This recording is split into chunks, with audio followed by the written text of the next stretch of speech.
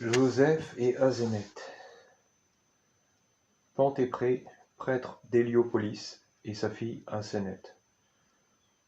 La première année des 7 années d'abondance. Le deuxième mois, le 5e jour du mois. Pharaon envoya Joseph faire le tour de tout le pays d'Égypte. Joseph arriva le 4e mois de la première année, le 18e jour du mois, dans le territoire d'Héliopolis. Il ramassait le blé de cette contrée comme le sable de la mer. Il y avait un homme dans cette ville, satrape de Pharaon, et qui était le chef de tous les satrapes et des magnats de Pharaon. Cet homme était riche, sage et prudent. Il était conseiller de Pharaon, s'appelait Pantéprès, était prêtre d'Héliopolis. Pantéprès avait une fille d'environ 18 ans, vierge, grande, gracieuse, et qui, par sa beauté, faite de décence, surpassait toutes les vierges du pays. Elle n'avait rien de semblable aux filles des Égyptiens, mais elle était en tout point semblable aux filles des Hébreux. Elle était grande comme Sarah, gracieuse comme Rebecca, et belle comme Rachel.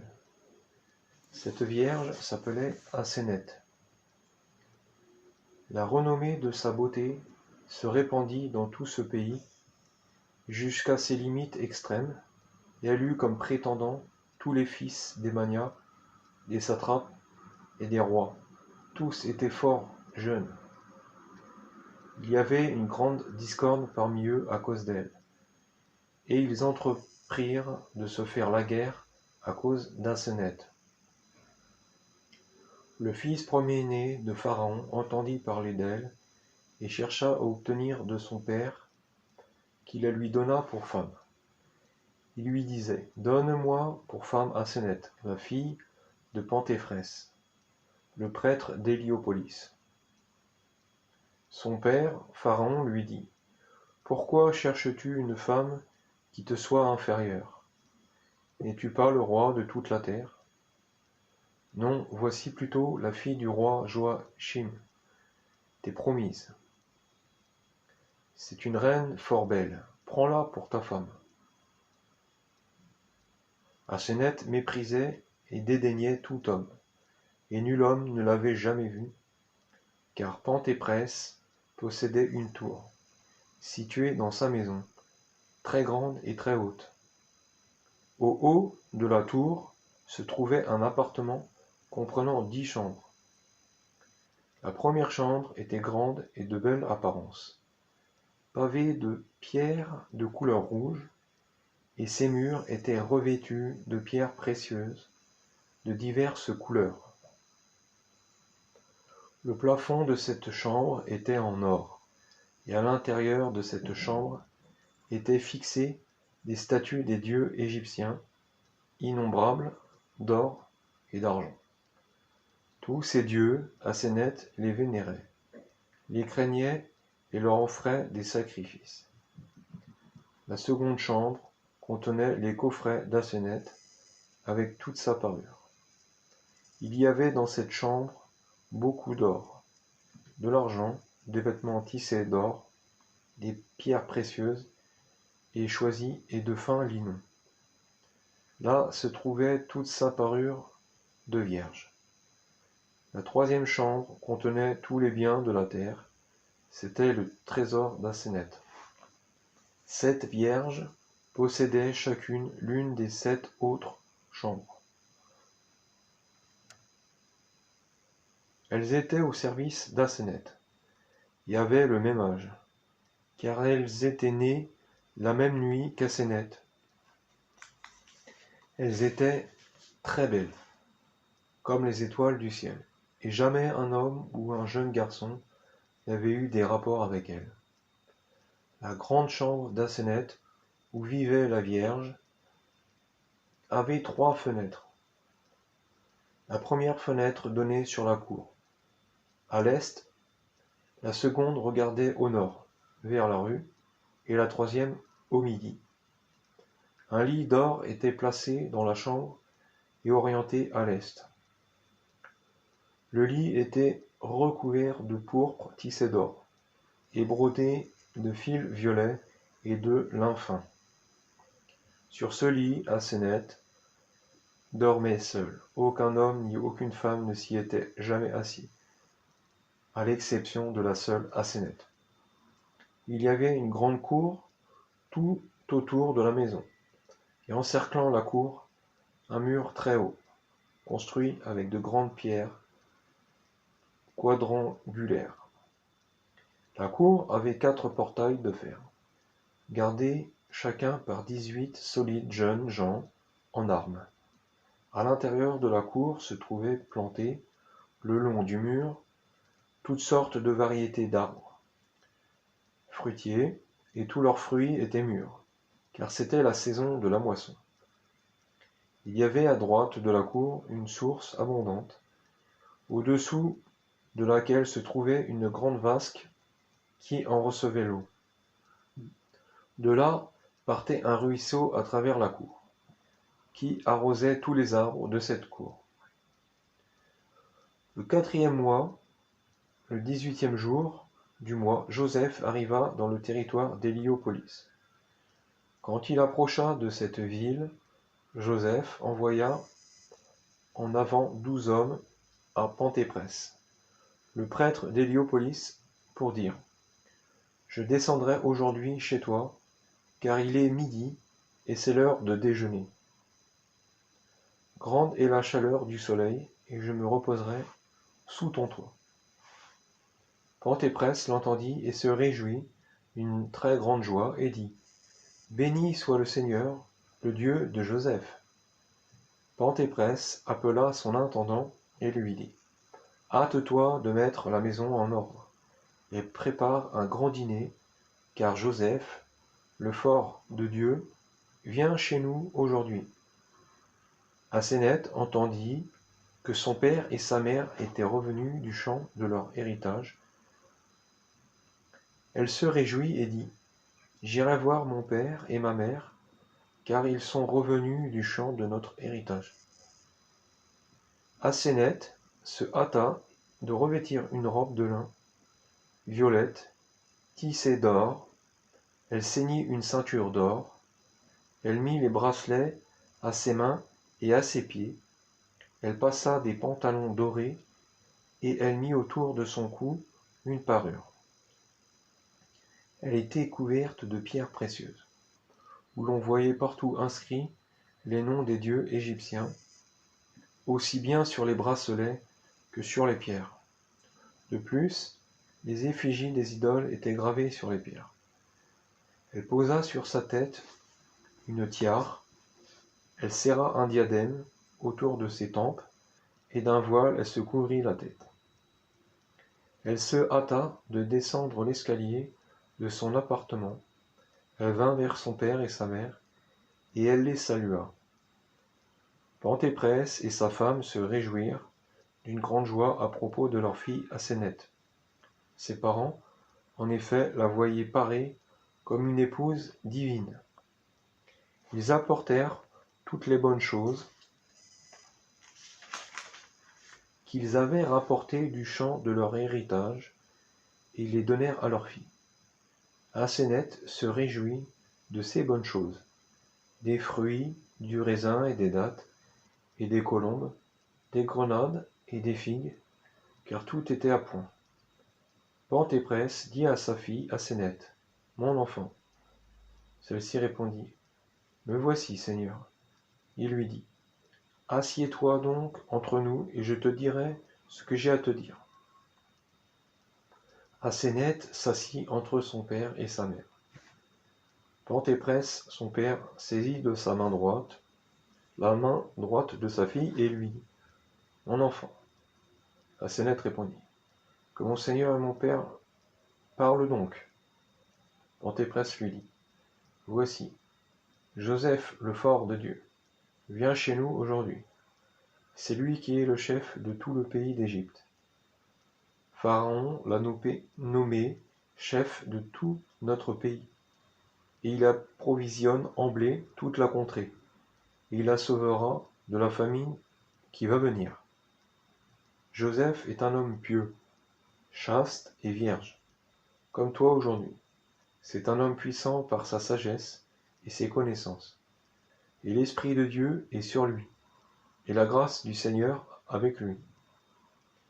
Viens donc, mon enfant, et je te donnerai à lui pour femme. Et tu seras son épouse, et il sera ton époux à jamais. Quand Aseneth entendit les paroles de son père, une abondante sueur de sang se répandit sur elle, en proie à une violente colère. Elle lança à son père des regards obliques et dit: Pourquoi mon Seigneur et mon père parle-t-il ainsi, et veut-il par de telles paroles me livrer comme une prisonnière à un homme d'une autre race, à ce fuyard qui a été vendu en esclavage? N'est-ce pas lui le fils du berger du pays de Canaan que son père a abandonné? N'est-ce pas lui qui couchait avec la femme de son maître et que son maître a fait jeter dans la prison de Ténèbres et que Pharaon a tiré de prison parce qu'il lui avait interprété son rêve? Non, mais je me marierai avec le fils premier-né du roi, car c'est lui qui est roi de tout le pays. Entendant cela, Penthéprès eut honte de parler plus longtemps à sa fille de Joseph, car elle lui avait répondu avec insolence et colère. Et voici un serviteur abandonna la suite de Penthéprès et dit: Voici, Joseph est devant les portes de notre cour. Aséneth s'enfuit loin de son père et de sa mère. Elle monta à l'appartement, elle entra dans sa chambre, et elle se tint à la fenêtre, la grande qui regardait à l'est, pour voir celui qui entrait dans la maison de son père. Penthéprès, sa femme et toute sa famille sortirent à la rencontre de Joseph. On ouvrit les portes de la cour qui regardait à l'est. Et Joseph entra, assis sur le second char de Pharaon. 4 chevaux étaient attelés, blancs comme neige, aux freins d'or, et le char était couvert d'or. Joseph était vêtu d'une merveilleuse tunique blanche. Le vêtement de pourpre jeté sur lui était de lin tissé d'or. Une couronne d'or était sur sa tête, et autour de la couronne il y avait 12 pierres précieuses, et sur les pierres 12 rayons d'or. Un sceptre royal était dans sa main droite, et il tenait tendu un rameau d'olivier chargé de fruits. Joseph entra dans la cour, et l'on ferma les portes. Les étrangers, hommes ou femmes, restèrent dehors, car les gardiens des portails avaient fermé les portes. Penthéprès, sa femme et toute sa famille, à l'exception de leur fille Aséneth, vinrent se prosterner devant Joseph, le visage contre terre. Joseph descendit de son char et les salua de la main droite. Aséneth vit Joseph, et son âme fut pénétrée d'une profonde douleur. Ses entrailles furent rompues, ses genoux fléchirent, elle trembla de tout son corps, elle fut saisie d'une grande frayeur, et poussant des gémissements, elle dit: Où m'en irai-je, et où me cacherai-je loin de sa face? Comment me considérera-t-il, Joseph, le Fils de Dieu, sur qui j'ai dit de mauvaises paroles? Où fuirai-je et me cacherai-je, car il voit toute cachette, et rien de ce qui est caché ne lui échappe, grâce à la grande lumière qui est en lui. Et maintenant, sois-moi favorable, ô Dieu de Joseph, car c'est par ignorance que j'ai dit de mauvaises paroles. Que verrai-je donc, malheureuse que je suis? N'ai-je pas dit: Joseph arrive, le fils du berger de Canaan? Et maintenant, voici le soleil est venu du ciel vers nous sur son char, et il est entré dans notre maison aujourd'hui. Et moi, insensée et impudente, qui l'ai méprisé et qui ai dit de mauvaises paroles sur lui, et qui n'ai pas su que Joseph est fils de Dieu. Car quel est celui d'entre les hommes qui engendrera jamais une telle beauté, et quel sein enfantera une telle lumière? Malheureuse et insensée que je suis, car j'ai dit à mon père de mauvaises paroles. Et maintenant que mon père me donne à Joseph comme servante et comme esclave, et je le servirai à jamais. Joseph entra dans la maison de Penthéprès et s'assit sur un siège, et Penthéprès lui lava les pieds et lui installa une table à part, car il ne mangeait pas avec les Égyptiens, parce que c'était pour lui une abomination. Joseph dit à Penthéprès et à toute sa famille: Quelle est cette femme qui se tient sur la terrasse, près de la fenêtre? Qu'elle s'en aille donc de cette maison. Car Joseph craignait qu'elle aussi ne l'importunât, car toutes les femmes et les filles des magnats et des satrapes de tout le pays d'Égypte l'importunaient, voulant partager sa couche. Nombre des femmes et des filles des Égyptiens, toutes celles qui voyaient Joseph, souffraient à la vue de sa beauté. Elles lui envoyaient leurs messagers avec de l'or, de l'argent et des cadeaux coûteux. Joseph les retournait avec des menaces et des insultes, disant: Je ne pécherai pas devant le Dieu d'Israël.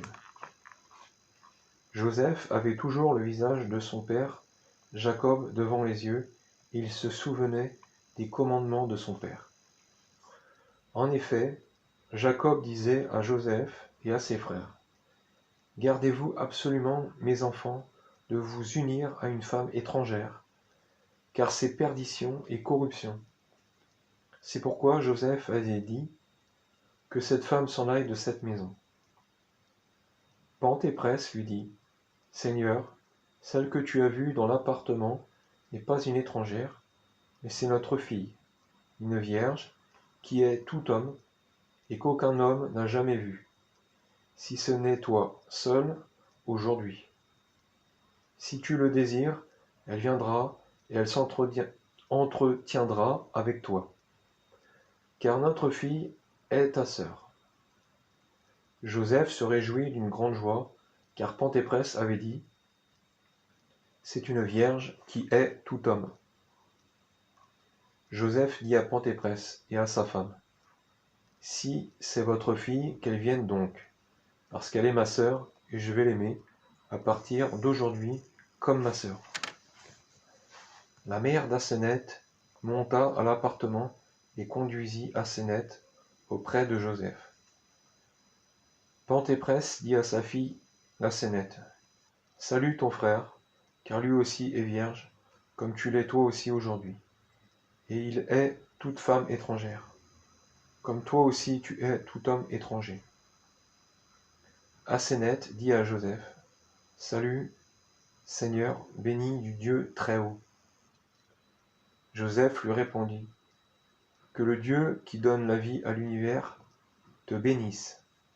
Et Penthéprès dit à Aséneth: Approche et embrasse ton frère. Quand elle s'approcha pour embrasser Joseph, Joseph étendit sa main droite, la posa sur la poitrine d'Aséneth et dit: Il ne convient pas à un homme pieux, qui bénit de sa bouche le Dieu vivant, et qui mange le pain béni de la vie, et qui boit la coupe bénite d'immortalité, et qui est oint de l'onction bénite d'incorruptibilité, d'embrasser une femme étrangère, elle qui bénit de sa bouche des idoles mortes et muettes, et qui mange à leur table le pain d'étouffement, et qui boit, lors de leur libation, la coupe de traîtrise, et qui est ointe de l'onction de perdition. Mais un homme pieux embrassera sa mère et la sœur qui appartient à sa tribu et à sa famille, et la femme qui partage sa couche, elles qui bénissent de leur bouche le Dieu vivant. De même, également, il ne convient pas à une femme pieuse d'embrasser un homme étranger, car c'est une abomination devant Dieu. Quand Aseneth entendit les paroles de Joseph, elle fut très affligée, et elle se mit à pousser des gémissements. Et comme elle regardait Joseph, ses yeux se remplirent de larmes. À sa vue, Joseph eut grand pitié d'elle, car Joseph était doux, miséricordieux, et craignait le Seigneur. Il leva la main droite au-dessus de la tête d'Aseneth et dit : Seigneur, Dieu de mon père Israël, toi qui es le Très-Haut, le Fort, qui donne la vie à l'univers, et qui appelle des ténèbres à la lumière, et de l'erreur à la vérité, et de la mort à la vie, toi-même, Seigneur, donne la vie à cette Vierge, et bénis-la. Renouvelle-la par ton esprit, réforme-la de ta main, revivifie-la de ta vie, qu'elle mange ton pain de vie, qu'elle boive ta coupe de bénédiction, et que tu as choisi avant sa naissance, et qu'elle entre dans ton repos, celui que tu as préparé pour tes élus. Aseneth se réjouit à la bénédiction de Joseph d'une très grande joie, et elle se hâta de monter à son appartement, et elle se jeta sans force sur son lit, car elle était en proie à la joie, à la tristesse et une grande frayeur. Et une sueur abondante se répandit sur elle, quand elle entendit les paroles venant de Joseph, qui lui avait parlé au nom du Dieu Très-Haut. Elle pleura des larmes abondantes et amères. Elle se détourna de ces dieux qu'elle vénérait et elle attendit la venue du soir. Joseph mangea et but et dit à ses serviteurs : Attelez les chevaux au char, car, disait-il, je m'en vais faire le tour de toute la ville et du pays. Penthéprès dit à Joseph : Que mon Seigneur passe la nuit ici aujourd'hui, et demain matin tu reprendras ton chemin. Joseph lui dit non. Mais je partirai aujourd'hui, car c'est le jour où Dieu a commencé à faire ses œuvres. Et le 8e jour, je retournerai moi aussi, de nouveau, chez vous, et je passerai la nuit ici. Alors Penthéprès et sa famille s'en allèrent à leur champ. Aseneth resta seule avec les vierges, et se laissant aller, elle pleura jusqu'au coucher du soleil. Elle ne mangea pas de pain, et elle ne but pas d'eau. Mais pendant que toutes dormaient, elle seule veillait. Elle ouvrit la porte, descendit près du portail et trouva la portière qui dormait avec ses enfants. Aseneth se hâta de décrocher la tenture de cuir, et elle la remplit de cendres, la rapporta à l'appartement et la déposa sur le sol. Puis elle ferma la porte solidement, elle mit en travers le verrou de fer, et elle gémit à grands coups de soupirs et de pleurs. La Vierge, qu'Aseneth aimait plus que toutes les autres vierges, entendit le gémissement de sa maîtresse. Elle réveilla les autres vierges, vint et trouva la porte fermée. Elle prêta l'oreille aux gémissements et aux pleurs d'Aseneth et dit : Pourquoi es-tu triste, maîtresse ? Et qu'est-ce qui te pèse ? Ouvre-nous pour que nous puissions te voir. Aseneth leur dit de l'intérieur où elle était enfermée : J'ai grand mal à la tête, je me repose sur mon lit, et je n'ai pas la force de vous ouvrir maintenant, car je suis faible de tous mes membres. Allez plutôt chacune dans votre chambre. Aseneth se leva, ouvrit doucement la porte et passa dans sa deuxième chambre, où se trouvaient ses coffrets à parure. Elle ouvrit son coffre et sortit une tunique noire et couleur de suie. C'était sa tunique de deuil, celle qu'elle avait portée à la mort de son frère premier-né. Aseneth enleva sa robe royale, et elle mit sa robe noire. Puis elle dénoua sa ceinture dorée, elle se ceignit d'une corde, et elle ôta la tiare, de sa tête, et son diadème, et les bracelets de ses mains. Elle prit à pleines mains sa robe favorite, et elle la jeta par la fenêtre aux mendiants. Elle prit tous ses dieux d'or et d'argent, qui étaient innombrables. Elle les brisa en petits morceaux, et elle les jeta aux pauvres et aux indigents. Elle prit son dîner royal, les viandes grasses, les poissons, les morceaux de viande, tous les sacrifices faits à ses dieux, et les vases du vin de leurs libations, et elle les jeta tous par la fenêtre, à manger aux chiens. Après cela, elle prit la cendre et la versa sur le sol. Puis elle prit un sac et elle se ceignit les reins. Elle défit la tresse de sa tête, et elle se couvrit de cendre. Elle se frappa la poitrine à coups redoublés de ses deux mains, elle se jeta sur la cendre, et elle pleura amèrement toute la nuit, en gémissant jusqu'au matin. Au matin, Aseneth se leva, et voici ce qu'elle vit. La cendre, sous elle, mêlée à ses larmes, était devenue comme un limon. Et Aseneth tomba de nouveau le visage dans la cendre jusqu'au coucher du soleil. Ainsi fit Aseneth pendant 7 jours, sans goûter à rien. Le 8e jour, Aseneth releva la tête du sol où elle gisait, car elle avait les membres brisés à la suite de sa grande humiliation.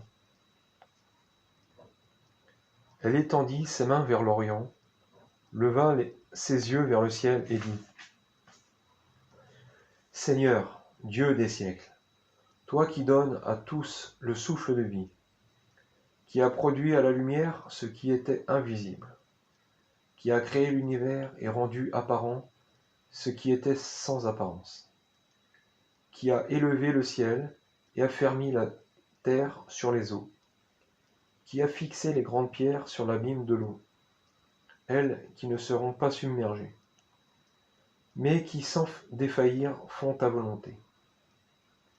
Seigneur mon Dieu, c'est à toi que je crierai, prête attention à ma prière.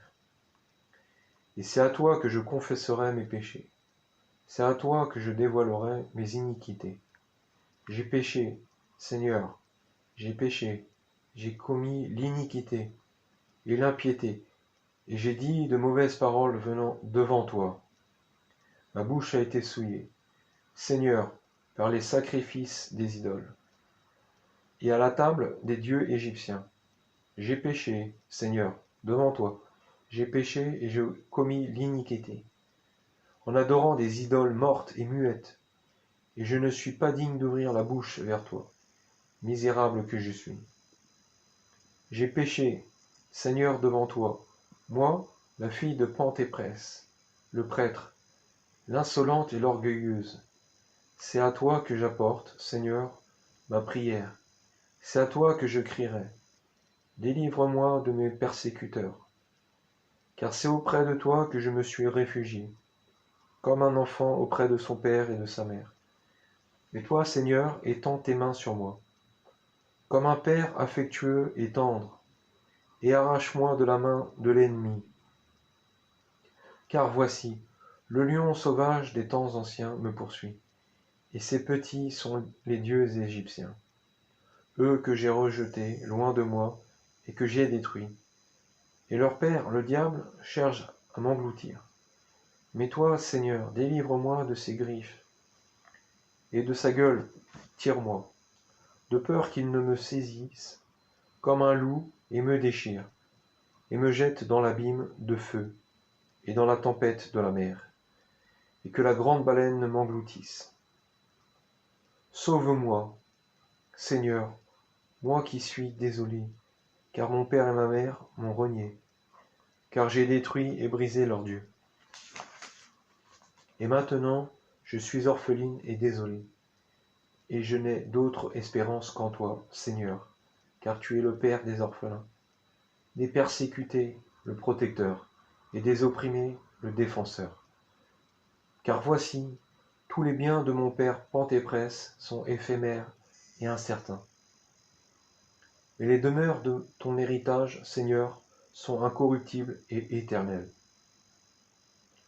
Prends soin de ma situation d'orpheline, Seigneur, parce que c'est auprès de toi que je me suis réfugié, Seigneur. Voici, j'ai ôté la robe royale tissée d'or, et j'ai revêtu une tunique noire. Voici, j'ai dénoué ma ceinture dorée, et j'ai ceint la corde et le sac. Voici le diadème de ma tête, je l'ai rejeté et je me suis couverte de cendres. Voici le sol de ma chambre, pavé de pierres de diverses couleurs et de couleur rouge, et arrosé de parfums, et maintenant arrosé de mes larmes et couvert de poussière. Voici, mon Seigneur, de la cendre et de mes larmes s'est formé beaucoup de boue, comme sur une large route. Voici, Seigneur, mon dîner royal et les viandes grasses, je les ai données aux chiens. Et voici, pendant 7 jours et 7 nuits, je n'ai pas mangé de pain ni bu d'eau. Ma bouche est desséchée comme la peau d'un tambour. Ma langue est comme de la corne. Mes lèvres sont comme un tesson. Mon visage est défait et mes yeux disparaissent sous la brûlure de mes larmes. Mais, Seigneur, pardonne-moi, parce que j'ai péché par ignorance contre toi et dit des blasphèmes contre mon Seigneur Joseph. Je n'ai pas su, misérable que je suis, qu'il est ton fils, Seigneur, car les gens m'ont dit que Joseph est le fils du berger du pays de Canaan. Je les ai crus, j'ai été égaré, j'ai méprisé ton élu, Joseph, et j'ai dit du mal de lui, ignorant qu'il est ton fils. Car quel est celui d'entre les hommes qui a engendré une telle beauté, et qui d'autre est sage et fort comme Joseph? Mais, mon Seigneur, c'est à toi que je le confie, parce que je l'aime plus que ma vie. Garde-le dans la sagesse de ta grâce, et livre-moi à lui comme servante, pour lui laver les pieds, et le servir, et être son esclave pour la vie. Quand Asenath eut terminé sa confession au Seigneur, voici l'étoile du matin se leva du ciel, à l'Orient, et Asenath la vit, se réjouit et dit : Le Seigneur Dieu m'a donc exaucé, car cette étoile est un messager et un héros de la lumière du grand jour. Et voici, près de l'étoile, le ciel fut déchiré, et une lumière indicible apparut. Asenath tomba le visage dans la cendre, et un homme vint du ciel vers elle. Il se tint au-dessus de sa tête et l'appela. Asenath. Elle répondit. Qui m'a appelé, car la porte de ma chambre est fermée, et la tour est haute. Comment donc est-il entré dans ma chambre? L'homme l'appela une seconde fois et dit. Asenath, Asenath. Elle répondit. Me voici, Seigneur, fais-moi savoir qui tu es. L'homme répondit. Je suis le commandant de la maison du Seigneur et le commandant en chef de toute l'armée du Très-Haut. Dresse-toi sur tes pieds et je te parlerai. Elle leva les yeux et voici ce qu'elle vit. Un homme en tout point semblable à Joseph, quant à la robe, à la couronne et au sceptre royal. Cependant, son visage était comme l'éclair, ses yeux comme l'éclat du soleil, les cheveux de sa tête comme une flamme ardente, et ses mains et ses pieds comme du fer en fusion. À cette vision, Asenath se jeta le visage contre terre, à ses pieds, en proie à une grande frayeur et à un grand tremblement. L'homme lui dit : Courage, Asenath, ne crains pas, mais dresse-toi sur tes pieds, et je te parlerai. Asenath se leva, et l'homme lui dit : ôte la tunique que tu as revêtue, la tunique noire et le sac de tes reins, et la cendre. Secoue la tête, et lave ton visage d'eau vive, puis revêt une robe nouvelle, immaculée, et ceins tes reins de ta ceinture brillante, ta double ceinture de vierge. Puis, reviens vers moi, et je te dirai les paroles qui te sont destinées. » Aseneth entra dans sa chambre, où se trouvaient ses coffrets à parure, ouvrit son coffre et prit une robe nouvelle, élégante. Elle ôta la robe noire et revêtit la robe nouvelle et brillante. Puis, elle enleva la corde et le sac de ses reins, et ceignit sa double et brillante ceinture de vierge, une ceinture autour des reins, l'autre sur la poitrine. Elle secoua la poussière de sa tête, lava son visage d'eau pure et cacha sa tête sous un beau voile fin. Elle vint vers l'homme, et la voyant, l'homme lui dit : « Enlève donc le voile de ta tête, car tu es une vierge sainte aujourd'hui, et ta tête est comme celle d'un jeune homme. » Et elle l'enleva de sa tête. L'homme lui dit : « Courage, Aseneth, car voici, le Seigneur a entendu les paroles de ta confession. Courage, Aseneth, voici, ton nom est écrit dans le livre de vie, et il ne sera jamais effacé. Voici, à partir d'aujourd'hui, tu seras renouvelé, reformé et revivifié, et tu mangeras le pain de vie, et tu boiras la coupe d'immortalité, et tu seras ointe de l'onction d'incorruptibilité. Courage, Aseneth, voici, le Seigneur t'a donné à Joseph pour épouse, et il sera ton époux. Tu ne seras plus appelé Aseneth, mais ton nom sera ville de refuge, car en toi se réfugieront des nations nombreuses, et sous tes ailes s'abriteront des peuples nombreux, et dans ta forteresse seront gardés ceux qui s'attachent à Dieu par la repentance. Car la repentance est fille du Très-Haut, et c'est elle qui invoque le Très-Haut pour toi à toute heure, et pour tous ceux qui se repentent, parce qu'il est le Père de la repentance. C'est elle qui est la mère des vierges, et à toute heure, pour ceux qui se repentent, elle prie, car pour ceux qui l'aiment, il a préparé une chambre nuptiale dans les cieux, et c'est elle qui les servira à jamais. La repentance est une vierge très belle, pure, sainte et douce. Le Dieu très haut l'aime et tous les anges la respectent. Et voici, je m'en vais auprès de Joseph, et je lui parlerai de toi. Il viendra chez toi aujourd'hui, te verra, se réjouira de ta présence et sera ton époux. Écoute-moi donc, Aseneth, et revêts une robe de mariage, l'ancienne robe, la première, celle qui se trouve dans ta chambre, et mets toute ta parure favorite, pare-toi comme une épouse, et tiens-toi prête à le rencontrer. Car voici, il vient chez toi aujourd'hui, il te verra et il se réjouira. Quand l'homme eut fini de parler à Aseneth, elle se réjouit d'une grande joie, tomba à ses pieds et lui dit : « Béni soit le Seigneur, Dieu, qui t'a envoyé me délivrer des ténèbres et me conduire à la lumière. Béni soit son nom à jamais.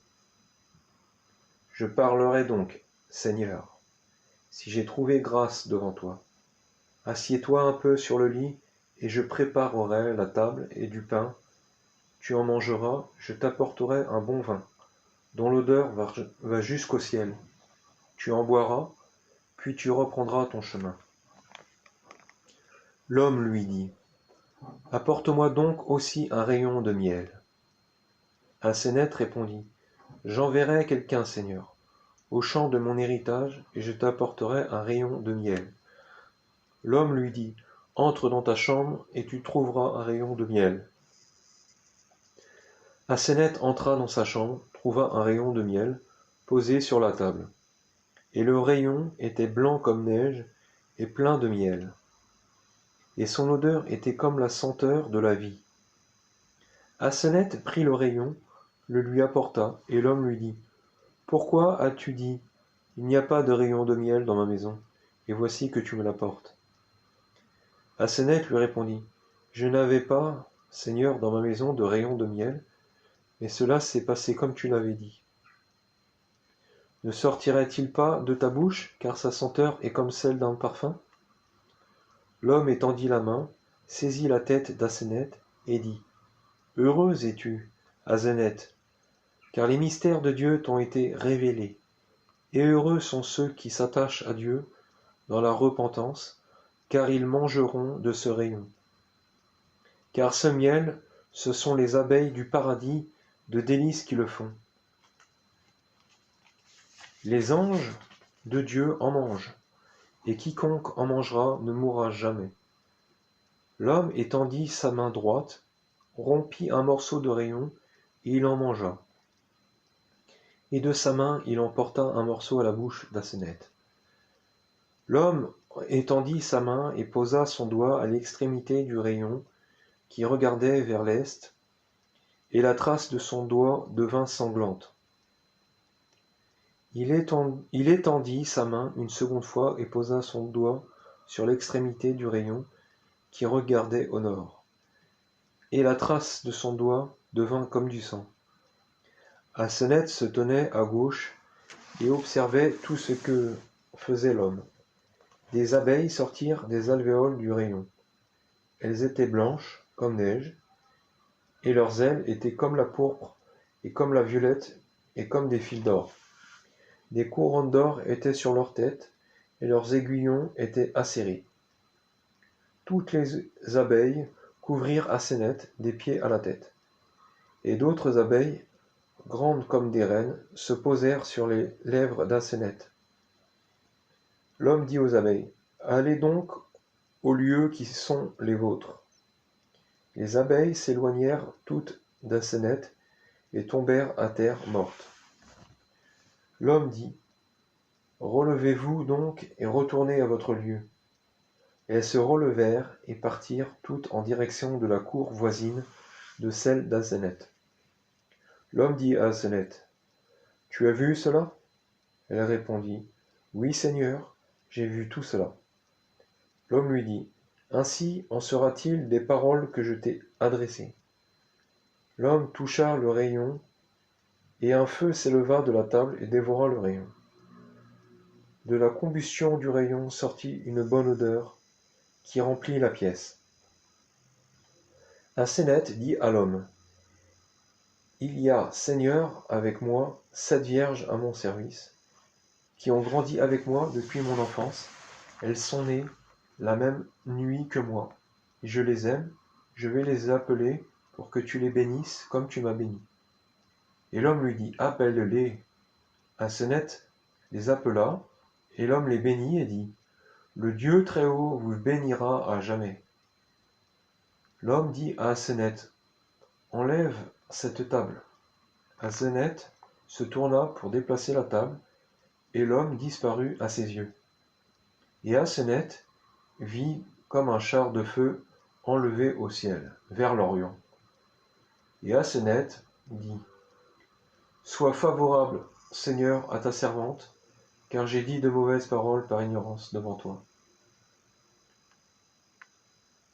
Sur ces entrefaites, voici que vint un serviteur de la suite de Joseph, qui dit: Voici Joseph, le fort de Dieu, vient aujourd'hui chez vous. Aseneth appela son intendant et lui dit: Prépare-moi un bon dîner, parce que Joseph, le fort de Dieu, vient chez nous. Aseneth entra dans sa chambre, elle ouvrit son coffre et sortit sa première robe, qui avait l'apparence de l'éclair, et la revêtit. Elle se ceignit d'une ceinture brillante et royale. Cette ceinture était faite de pierres précieuses. Elle mit à ses mains des bracelets d'or et à ses jambes des pantalons dorés et une parure précieuse autour de son cou. Et elle mit une couronne d'or sur sa tête.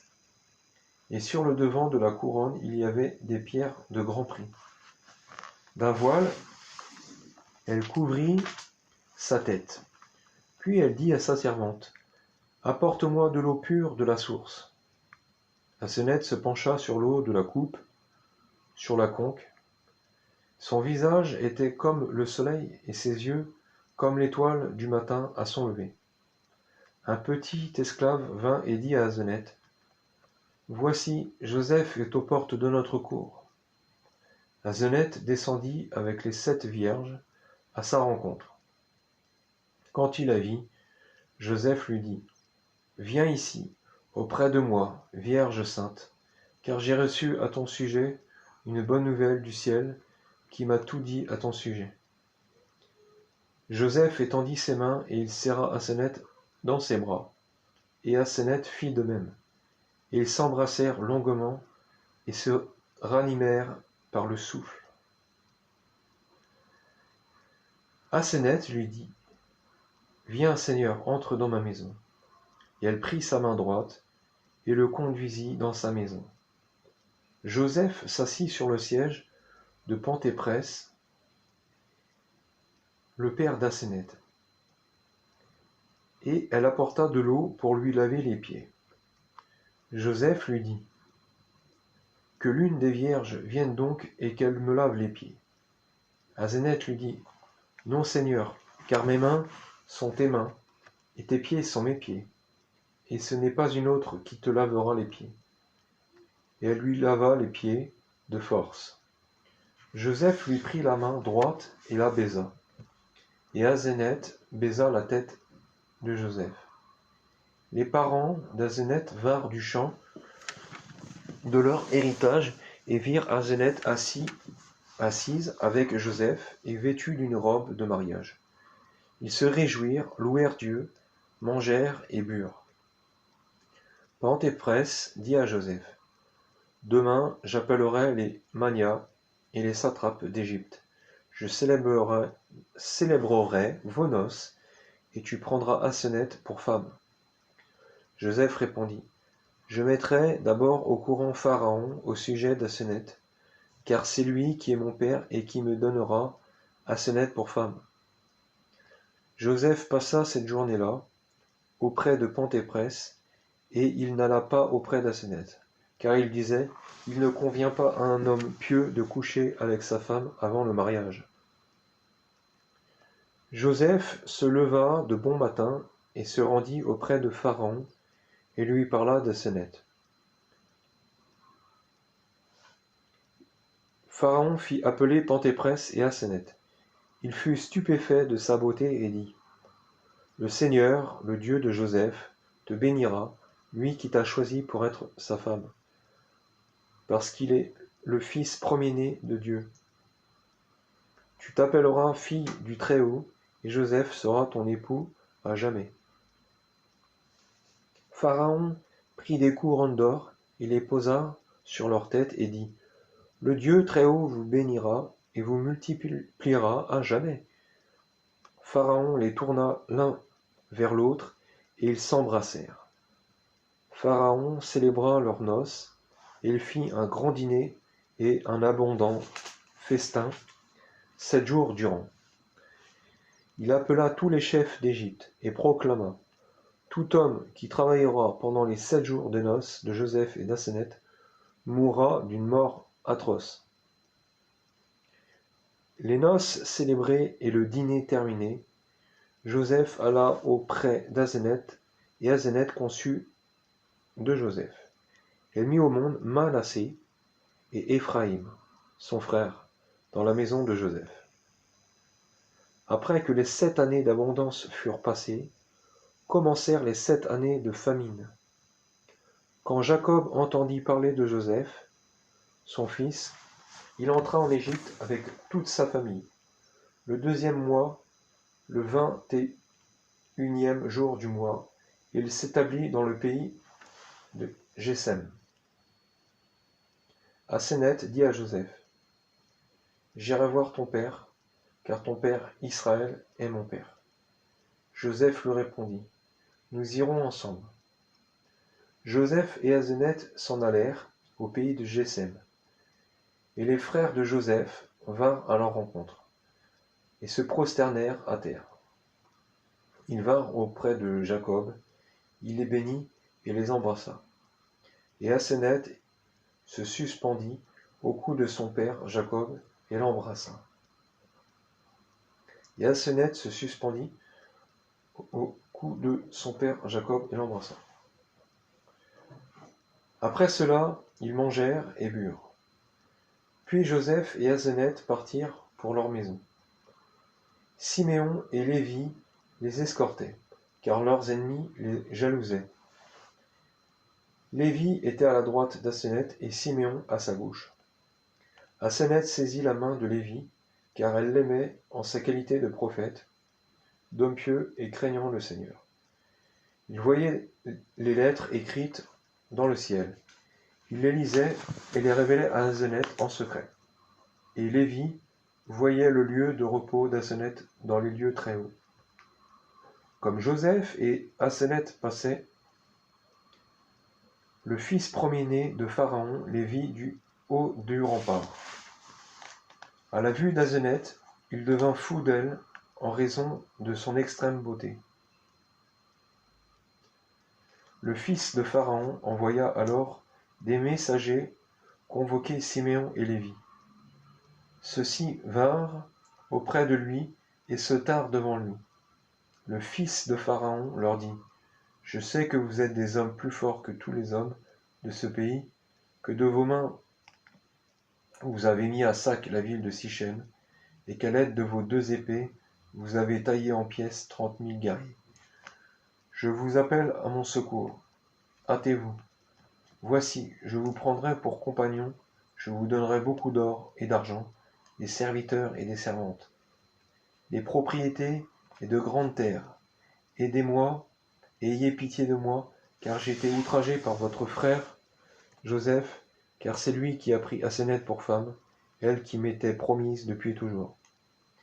Et maintenant, venez avec moi, je combattrai contre Joseph, et je le tuerai de mon épée. Je prendrai Aseneth pour femme, et vous, vous serez mes frères et mes amis pour toujours.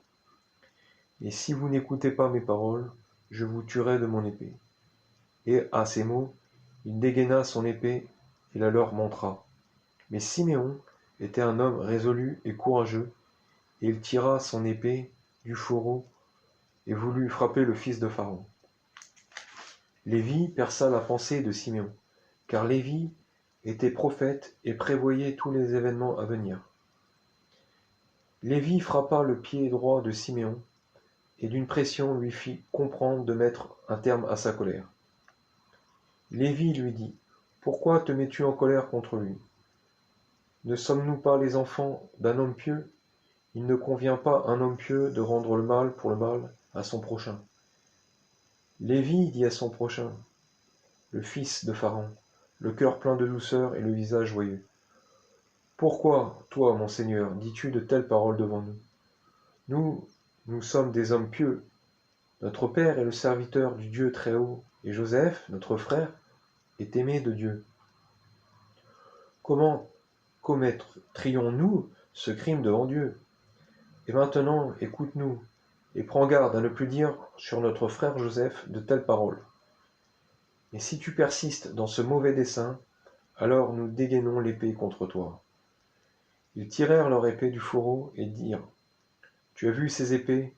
C'est avec elles que le Seigneur a vengé l'outrage fait par les Sichémites aux fils d'Israël, en la personne de notre sœur Dina, souillée par Sichem, le fils d'Hamor. » Le fils de Pharaon vit les épées dégainées, il eut peur.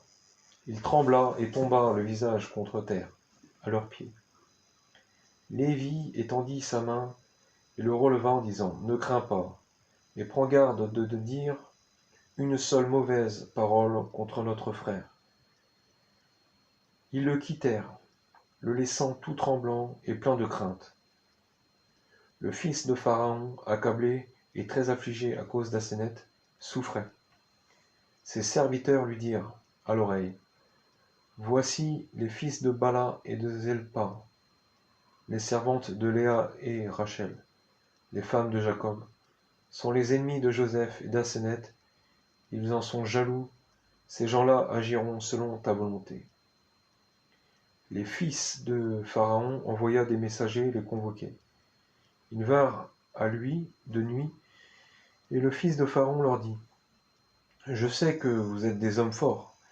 Gad et Dan, les frères aînés, dirent aux fils de Pharaon, que notre Seigneur dise donc à ses serviteurs ce qu'il veut, et nous ferons sa volonté. Le fils de Pharaon se réjouit d'une grande joie et dit à ses serviteurs, sortez d'ici, que je puisse parler à ces hommes en secret de mon affaire. Tous les serviteurs sortirent, et le fils de Pharaon leur mentit en disant, la bénédiction et la mort sont placées devant vous. Choisissez donc la bénédiction et non la mort. Voici, je sais que vous êtes des hommes forts et que vous ne voulez pas mourir comme des femmes. Mais vous montrez des hommes et vous vengez de vos ennemis.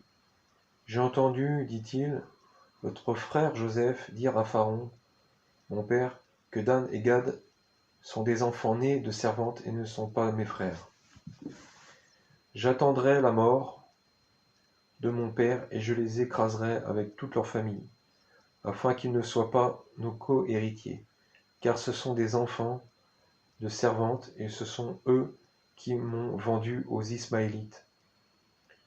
Moi, je leur rendrai à la mesure du mal qu'ils m'ont fait. Seulement, il faut que mon père meure. Mon père, Pharaon, loua Joseph et lui dit, tu as bien parlé, mon enfant. Prends donc chez moi des hommes forts et sors secrètement pour traiter tes frères, comme ils t'ont traité, et moi je serai ton allié. Quand ces gens entendirent les paroles du fils de Pharaon, ils furent extrêmement troublés. Ils se lamentèrent et lui dirent, nous t'en prions, Seigneur, viens à notre secours, et quoi que tu puisses ordonner à tes serviteurs, nous le ferons. Le fils de Pharaon leur dit, je tuerai mon père cette nuit même, car le Pharaon, mon père, est comme un père pour Joseph. Quant à vous, tuez donc Joseph, et je prendrai Asenath pour femme. Gad et Dan lui répondirent, nous ferons tout ce que tu nous ordonneras. Nous avons en effet entendu Joseph dire à Asenath, tu iras demain au champ de notre héritage, car c'est la saison de la vendange. Et lui a donné 600 habiles hommes de guerre et 50 éclaireurs. Quand le fils de Pharaon apprit cela, il donna à chacun des 4 hommes 500 hommes, dont il les nomma chefs et commandants. Gad et Dan lui dirent, nous irons de nuit tendre une embuscade dans le torrent et nous cacher dans les fourrés de roseaux. Toi, prends avec toi 50 archers montés et marche loin en tête. Asenath viendra et tombera dans nos mains, et nous taillerons son escorte en pièces. Asenath s'enfuira alors sur son char, elle tombera dans tes mains, et tu feras d'elle ce que tu désires. Après cela, nous tuerons Joseph en train de se lamenter sur Asenath. Et nous tuerons ses enfants sous ses yeux. Le fils de Pharaon se réjouit en entendant ces paroles, et il envoya avec eux 2000 soldats. Ils arrivèrent au torrent, et ils se cachèrent dans les fourrés de roseaux. 500 hommes prirent position en avant, de part et d'autre de la grande route.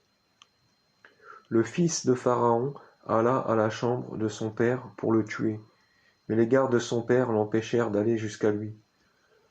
Le fils de Pharaon leur dit, « Je veux voir mon père, car je vais vendanger ma jeune vigne. » Les gardes lui dirent, « Ton père souffre beaucoup, il n'a pas dormi de la nuit, et maintenant il se repose. Il nous a dit que nul ne vienne auprès de moi, pas même mon fils premier-né. » Il s'en alla en colère et prit 50 archers montés et marcha devant eux, comme le lui avaient dit Dan et Gad. Nephtali et Aser dirent à Gad et à Dan, « Pourquoi feriez-vous de nouveau du mal à notre père Israël et à notre frère Joseph, que Dieu garde comme la prunelle de l'œil? Ne l'aviez-vous pas vendu une fois pour toutes, et n'est-il pas aujourd'hui roi de tout le pays, son sauveur et son fournisseur de blé? Et maintenant, si vous voulez de nouveau lui faire du mal, il invoquera le Dieu d'Israël, qui enverra du ciel un feu qui vous dévorera. et les anges de Dieu combattront contre vous. Leurs frères aînés, Dan et Gad, se mirent en colère contre eux, et dirent: Allons-nous mourir comme des femmes? Non, jamais. Et ils sortirent à la rencontre de Joseph et d'Aseneth. Aseneth se leva de bon matin et dit à Joseph: J'irai donc au champ de notre héritage, mais mon âme est effrayée parce que tu t'éloignes de moi. Joseph lui répondit: Courage, ne crains pas, mais va, car le Seigneur est avec toi, et lui, comme la prunelle de l'œil, de tout mal il te gardera. Quant à moi, j'irai distribuer et donner du blé à tous les habitants de la ville, afin que nul homme ne meure de faim dans le pays d'Égypte. Aseneth s'en alla par son chemin, et Joseph s'en alla distribuer son blé. Aseneth arriva au torrent avec 600 hommes, et soudain, les soldats du fils de Pharaon sortirent de leur embuscade et engagèrent le combat avec les vaillants d'Aseneth. Et de leurs épées, ils les taillèrent tous en pièces, et tuèrent tous les éclaireurs d'Aseneth. Aseneth s'enfuit sur son char. Lévi, le fils de Léa, eut connaissance de tout cela en qualité de prophète, et dit à ses frères le danger que courait Aseneth. Chacun d'eux mit l'épée au côté et le bouclier au bras, la lance dans la main droite. Ils s'élancèrent à la poursuite d'Aseneth d'une course rapide. Aseneth prit la fuite, et voici, le fils de Pharaon se porta à sa rencontre, accompagné de 50 hommes. Aseneth le vit, et terrorisé, trembla. Benjamin était assis avec Aseneth sur le char. C'était un vigoureux garçon d'environ 18 ans, d'une beauté indicible, fort comme un jeune lion et craignant en Dieu. Benjamin sauta du char, il prit à pleine main un galet du torrent, il le lança contre le fils de Pharaon, et il le frappa à la tempe gauche et le blessa d'une blessure grande et profonde, et celui-ci tomba de son cheval à demi-mort. Benjamin s'élança sur un rocher et dit au cocher d'Aseneth: Donne-moi donc 50 pierres du torrent. Et il lui donna 50 pierres. Et Benjamin lança les pierres et tua les 50 hommes qui étaient avec le fils de Pharaon. Les pierres les avaient tous touchés à la tempe. Alors, les fils de Léa, Ruben et Siméon, Lévi et Juda, Isaacar et Zabulon, s'élancèrent à la poursuite des hommes qui avaient tendu l'embuscade. Ils fondirent brusquement sur eux et taillèrent en pièces et massacrèrent les 2000 hommes à eux 6. Leurs frères, les fils de Bala et de Zelpha, s'enfuirent et dirent: Nous périssons du fait de nos frères. Le fils de Pharaon a été tué de la main de Benjamin, et tous ceux qui l'accompagnaient ont péri de sa main. Et maintenant, venez, tuons Aseneth et Benjamin, et fuyons dans les fourrés des roseaux. Ils arrivèrent, l'épée tirée et pleine de sang. Aseneth les vit et dit: Seigneur, mon Dieu, toi qui m'as délivré de la mort, et qui m'as dit: Ton âme vivra à jamais, délivre-moi de ces gens-là. Le Seigneur Dieu entendit sa voix, et tout à coup, leurs épées leur furent arrachées des mains, et tombèrent à terre, réduites en cendres. Les fils de Bala et de Zelpha virent le prodige qui venait de se produire. Ils furent effrayés et dirent: Le Seigneur combat contre nous pour Aseneth. Ils tombèrent le visage contre terre, et prosternés devant Aseneth, ils dirent: Aie pitié de nous, tes serviteurs, car tu es notre maîtresse et notre reine, et nous t'avons fait du mal, ainsi qu'à notre frère Joseph. Et maintenant le Seigneur nous punit en retour. C'est pourquoi nous t'en prions, nous tes serviteurs, aie pitié de nous et délivre-nous des mains de nos frères, car ils veulent venger l'outrage qui t'a été fait, et leurs épées sont dirigées contre nous. Aseneth leur dit: Ne craignez pas, n'ayez pas peur, car vos frères sont des hommes pieux et ne rendent le mal pour le mal à personne. allez dans les fourrés de roseaux, jusqu'à ce que j'aie pu les apaiser et faire cesser leur colère contre vous, car vous avez entrepris de grands crimes contre eux. Courage, ne craignez pas, car le Seigneur jugera entre moi et vous. Dan et Gad s'enfuirent dans les fourrés des roseaux. Et voici qu'arrivèrent les fils de Léa, se jetant sur eux comme des cerfs. Asenath descendit de son char et en larmes les salua. Ils se prosternèrent à terre devant elle, et se lamentant, à grands cris, ils cherchaient leurs frères, les fils des servantes, pour les tuer. Asenath leur dit, épargnez vos frères et ne leur faites pas de mal, car le Seigneur m'a protégé et a fait tomber en cendres leurs épées de leurs mains, comme de la cire devant le feu. Il nous suffit que le Seigneur combatte pour nous, pour le reste épargnez vos frères. Siméon dit à Asenath, pourquoi notre maîtresse parle-t-elle en faveur de ses ennemis? Non, mais nous les taillerons en pièces de nos épées, car ils ont formé de méchants desseins contre notre père Israël et contre notre frère Joseph, déjà à 2 reprises, et contre toi aujourd'hui. Asenath lui dit, en aucun cas, frère, tu ne rendras le mal pour le mal à ton prochain, car c'est le Seigneur qui vengera cet outrage. Après cela, Siméon s'inclina devant Asenath. Lévi vint près d'elle et lui baisa la main droite et la bénit. Asenath sauva ses hommes de la colère de leurs frères pour éviter qu'ils ne les tuassent. Le fils de Pharaon se releva de terre, s'assit et cracha du sang de sa bouche, car le sang coulait de sa tempe dans sa bouche. Benjamin se précipita sur lui prit son épée et la tira du fourreau. Benjamin, en effet, ne portait pas d'épée au côté. Comme il allait frapper le fils de Pharaon, Lévi se précipita, lui saisit la main et dit, « Jamais, frère, tu ne commettras un tel crime, car nous sommes des hommes pieux, et il ne convient pas à un homme pieux de rendre le mal pour le mal, ni de fouler aux pieds celui qui est à terre, ni d'écraser l'ennemi jusqu'à ce qu'il meure. Mais, allons, soignons-le de sa blessure. Et s'il vit, il sera notre ami, et son père Pharaon sera notre père. » Lévi releva le fils de Pharaon, lava le sang de son visage, fixa une bande sur sa blessure, et le mit sur son cheval, et l'emmena chez son père. Et Lévi lui exposa tout ce qui s'était passé.